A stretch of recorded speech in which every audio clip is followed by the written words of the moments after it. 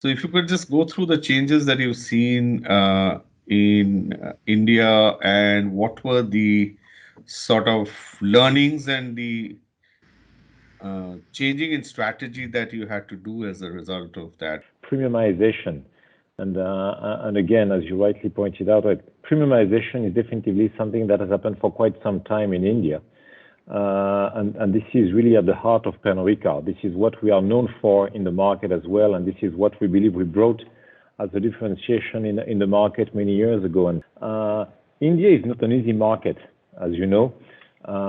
Some other markets are much easier. They don't have the same growth. They don't have the same buoyant change and transformations happening all the time. And India is definitely, at the same time, a market that you need to adapt to on a constant basis, and you need to make sure that you have a transformation mindset in your organization because of its fast pace. Our vision was about our role in this market, even if we are starting from scratch, from a small startup, will be to premiumize the alcohol industry for the benefit of the consumer, and with a strong focus since day one on value over volume. As you know, obviously the growth came across, but our main focus was on value. And today we are by far the leader in the value segments where we operate, and whiskeys mostly. And this, considering the scale of India, has been delivered for me with a lot of patience, a lot of consistency in strategy. As we go forward, definitely one of the most recent trends has been more and more acceptance of alcohol consumption, and alcohol consumption at home in particular. And again, as I mentioned, I can clearly see where alcohol stands in society today. It is evolving. There is more and more acceptance, which is important.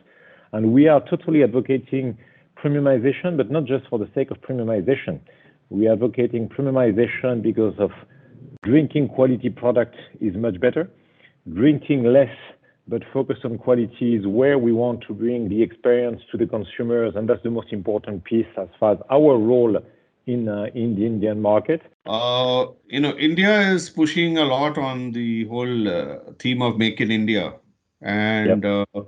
You have a large number of manufacturing plants across the country. So, I mean, what is the kind of divide that you have in terms of volumes manufactured in India versus in the place of origin? I would safely say that we have probably more than 98% of the products sold in India being made in India.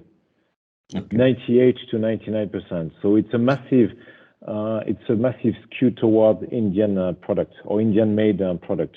To say we are definitely much more of an Indian company rather than a French company. In one of our 32 sites, and everything is made by Indians. So that's more about the philosophy.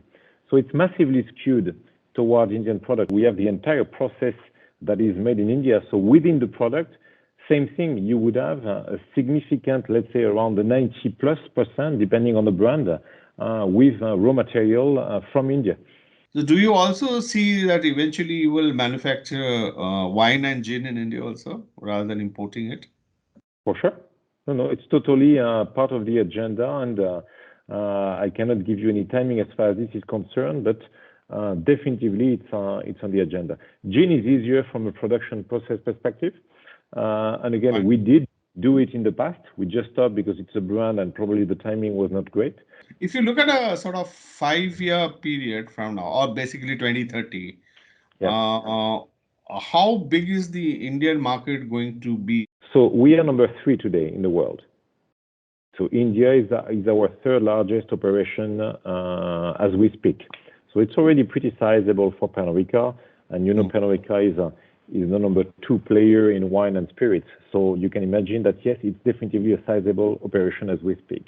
So by 2030, again, we have 2 large players in terms of countries ahead of us. We have the US and we have China, and both of them are still growing extremely well or are already extremely large.